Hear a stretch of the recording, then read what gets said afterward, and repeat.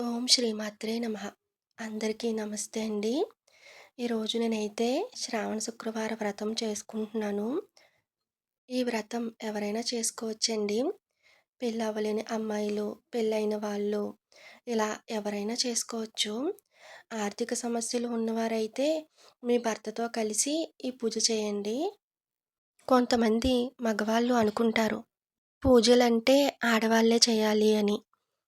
అలాంటి వాళ్ళని మీరు ఒకసారి అడిగి చూడండి. పూజ కలిసి చేసుకుందామని. వాళ్ళు వద్దు అంటే వదిలేసి మీరే చేసుకోండి. ఆ అమ్మకే దండం పెట్టుకోండి. అమ్మ, నా భర్తని మార్చు. ఇద్దరం కలిసి పూజ చేసుకునేలా చెయ్యమ్మా అని ఆవిడనే అడగండి. నిజానికి ఆడవారు దేవుని దగ్గర అన్నీ సర్దితే మీరిద్దరూ కలిసి పూజ చేసుకోవాలండి.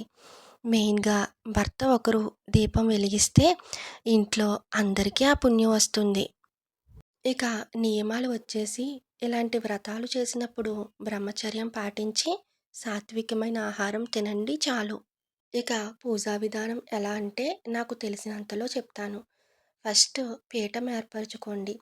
ఒక పీట తీసుకుని దాని మీద కొన్ని బియ్యం పిండితో ముగ్గు వేసి, దాని మీద కొన్ని బియ్యం వేసి, బ్లౌజ్ పీస్ కానీ, లేదంటే కొత్తది చిన్న నాప్కిన్ లాంటిది కానీ, అది లేదంటే అరిటాకు కానీ వేసి పీఠం తయారు చేసుకోండి. నెక్స్ట్ వచ్చేసి కలశం అన్నమాట. దానికోసం రాగి చెంబు కానీ, వెండి చెంబు కానీ తీసుకుని కొన్ని నీళ్లు పోసి, అక్షింతలు, ఒక రూపాయి బిళ్ళ, మామిడాకులు చుట్టూ పెట్టి, కొబ్బరికాయను పెట్టి, పైన ఒక బ్లౌజ్ పీస్‌ని కోన్ షేప్‌లో చుట్టి పెట్టుకోండి. లేదు మా సాంప్రదాయంలో కలసం మానవేయలేదు అంటే మానేయండి.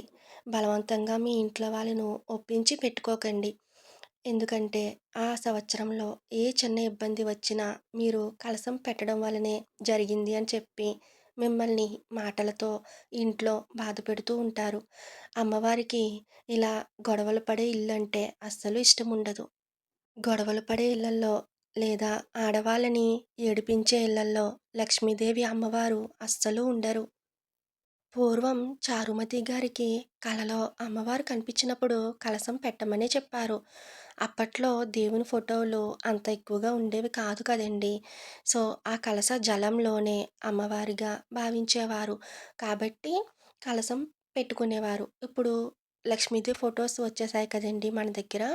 వాటితో అయినా చేసుకోవచ్చు. మీ ఇష్టమండి.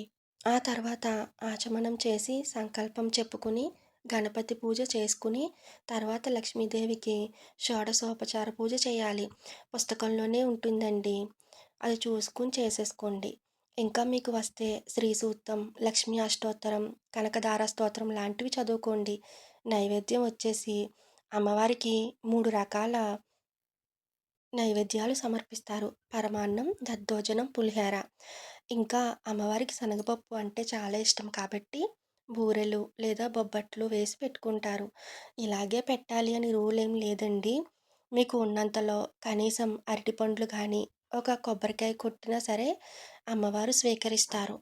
ఆ తర్వాత ఒక తెల్లని దారం తీసుకుని 9 ముళ్ళు వేసుకోవాలండి. 9 దారాల కింద తీసుకొని పసుపు రాసుకొని, ఆ తర్వాత 9 ముడులు వేసుకోవాలి. ఒక పువ్వు గుచ్చుకుంటే సరిపోతుందండి. పుస్తకంలోనే 9 నామాలు కూడా ఉన్నాయి. అవి చదువుతూ కుంకుమతో లేదా అక్షింతలతో 9 ముడులకి పూజ చేసుకోవాలి. తర్వాత కథ చదువుకోవాలండి. కథ ఏంటంటే చారుమతి అనే ఆవిడ మొదటగా ఈ వ్రతం చేశారు. ఆవిడ పెళ్లి చేసుకుని భర్తతో మంచిగా ఉంటున్నారు. ఆవిడకి కలలో లక్ష్మీదేవి అమ్మవారు కనిపించి శ్రావణ మాసంలో పౌర్ణమికి ముందు రాబోయే శుక్రవారం నాడు వరలక్ష్మి వ్రతం చెయ్యి. ఆ వ్రతం చేసిన వారికి సమస్తమైన సంపదలతో విలసిల్లుతారు అని చెప్పి అంతర్ధానం అయిపోయారు. అప్పుడు ఆవిడ ఊర్లో వాళ్ళందరి దగ్గరికి వెళ్ళి మీరందరూ రండి వ్రతం చేసుకుందామని చెప్తే వాళ్ళందరూ వచ్చారు. వ్రతం చేశాక అమ్మవారి చుట్టూ ప్రదక్షిణాలు మొదలుపెట్టారు. మొదటి ప్రదక్షిణం అయ్యాక వాళ్ళందరికీ కాళ్ళకి పట్టీలు వచ్చాయి. రెండో ప్రదక్షిణం అయ్యాక చేతులకి బంగారు గాజులు వచ్చాయి. ఇలా మూడో ప్రదక్షిణ అవ్వగానే ఒళ్ళంతా ఆభరణాలు వచ్చాయి. ఈలోపు వాళ్ళ ఇళ్ళ దగ్గర ఎన్నో ధనకనక వస్తు వాహనాలు అన్నీ వచ్చేసి ఆ పేరంటానికి వచ్చిన భార్యలని తీసుకువెళ్ళడానికి భర్తలందరూ వాహనాలలో వచ్చి వాళ్ళని తీసుకువెళ్లారు అని ఉంది. దీని అర్థం ఏంటంటే చారు అంటే మతి. అంటే బుద్ధి అండి. ఫస్ట్ వచ్చేసి చారు అంటే మంచి, మతి అంటే బుద్ధి. సో, మంచి బుద్ధి ఉన్న మనిషి అని అర్థం అన్నమాట. తర్వాత ఓహో! సంపదలు వస్తాయి అంట. నేను ఒక్కదాన్నే మా ఇంట్లో కూర్చొని పూజ చేసుకుంటా అనుకోలేదు ఆవిడ. అందరిని పిలుచుకొచ్చి నాతో పాటు మీ అందరికీ సంపదలు రావాలి అనుకుంది. అంటే అందరూ బావుండాలి, అందులో మనం ఉండాలి అనే రకమైన బుద్ధే చారుమతి. ఆ బుద్ధి ఉంటే లక్ష్మీదేవి అనుగ్రహిస్తారు. ఇంకో విషయం, వాళ్ళందరూ ప్రదక్షిణాలు చేస్తే వాళ్ళకి పట్టీలు, గాజులు, నగలు వచ్చాయి అంటే అవి సౌభాగ్య చిహ్నాలు. అలాగే భర్తలు వాళ్ళందరినీ తీసుకువెళ్ళడానికి వాహనాల్లో వచ్చారు అంటే అది ఏమిటి అంటే భర్తతో అనుబంధాన్ని, సామరస్యాన్ని చూపిస్తుంది.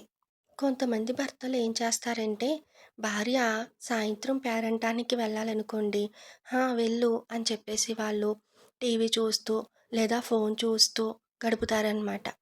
అలా చేయకూడదండి. మీరు కూడా తనని ఎక్కడికి వెళ్ళాలనుకుంటుందో వాళ్ళ ఇంటికి తీసుకువెళ్ళి ఆ వాయనం అదేండి పేరంటం తీసుకున్నాక ఇద్దరూ కలిసి ఇంటికి వచ్చేస్తే తను చాలా హ్యాపీగా ఫీల్ అవుతుంది. ఈ కథను బట్టి మనందరం ఇదంతా నేర్చుకోవాలండి. ఇలాంటి మంచి వీడియోస్ కోసం మన ఛానల్‌ని చూస్తూ ఉండండి. ప్రతి వీడియోకి లైక్ ఇవ్వడం మర్చిపోకండి.